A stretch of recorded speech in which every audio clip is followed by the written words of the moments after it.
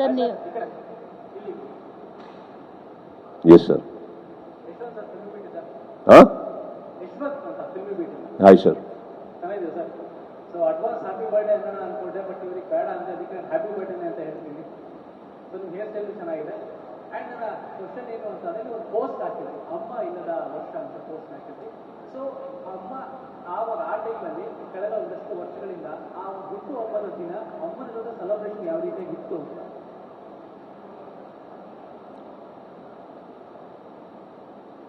ಹೇಗೆ ಹೇಳಲಿ ನನಗೆ ತಿಳ್ಕೊಳ್ಳೋಂಥ ಕುತೂಹಲ.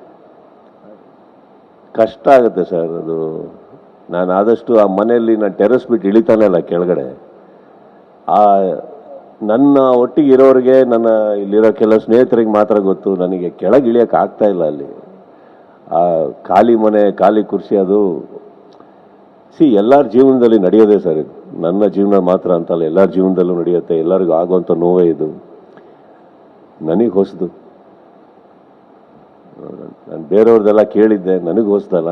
ನನಗೇನಾಗಿದೆ, ಇವತ್ತು ಬೆಳಗ್ಗೆ ಎದ್ದೇಳ್ಬೇಕಾದ್ರೆ ನಾರ್ಮಲ್, ಅದು ಬೆಳಿಗ್ಗೆ ಎದ್ದೇಳ ತಕ್ಷಣವೇ ಫಸ್ಟು ನಾನು ಯಾವತ್ತೂ ಅವ್ರ ಕಾಲಿಗೆ ಬೀಳ್ದೆ, ಅಪ್ಪ ಅಮ್ಮನ ಕಾಲಿಗೆ ಬೀಳ್ದೆ ಮನೆಯಿಂದ ಹೊರಗೆ ಹೋದವನಲ್ಲ.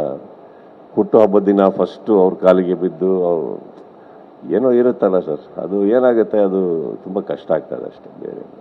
ಸರ್ ಅದಕ್ಕೆ ನಾನು ಎಲ್ಲ ಅಭಿಮಾನಿಗಳಲ್ಲಿ ರಿಕ್ವೆಸ್ಟ್ ಮಾಡ್ಕೊಂಡಿದ್ದು, ಮನೆ ಹತ್ರ ಬೇಡ ಅಂತ. ಹಾಗಂತ ಅಭಿಮಾನಿಗಳ ಮೇಲೆ ಅಥವಾ ನನ್ನ ಸ್ನೇಹಿತರ ಮೇಲೆ ನನಗೆ ಕಮ್ಮಿ ಪ್ರೀತಿ ಇದೆ ಅಂತಲ್ಲ, ಆ ಮನೆ ಹತ್ರ ಗಲಾಟೆ ಬೇಡ. ಅದೊಂದು ಸಂಪ್ರದಾಯ ಅಂತಲೂ ಹೇಳ್ತಾರೆ, ಮನೆ ಹತ್ರ ಸದ್ದಿರಬಾರ್ದು, ಶಬ್ದಗಳು ಮಾಡಬಾರ್ದು, ಒಂದು ವರ್ಷ ಆಗೋ ತನಕ ಅಂತ ಹೇಳ್ತಾರೆ. ಆ ಪದ್ಧತಿನೂ ನಾನು ಫಾಲೋ ಮಾಡಬೇಕು. ಈ ಕಡೆ ಇವ್ರುಗಳು ಮನಸ್ಸಿಗೂ ನೋವಾಗ್ದಿದ್ದಾಗ ನೋಡ್ಕೊಬೇಕು. ಇವತ್ತು ಬೆಳಗ್ಗೆ ಬಂದು ನಾನೇನು ಪತ್ರ ಬರೆದಿರ್ಬೋದು, ಬಟ್ ಏನು ಮಾಡ್ತೀರ ಹೇಳಿ, ಪ್ರೀತಿ ತಡೆಯೋಕ್ಕಾಗಲ್ಲ. ಇವತ್ತು ಬೆಳಗ್ಗೆ ಬಂದು ಎಲ್ಲ ಕೂಗ್ತಾ ಇದ್ರು ಮನೆ ಹತ್ರ.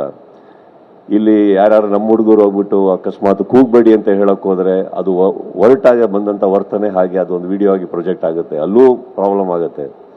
V don't know what to do, but we are managing sir.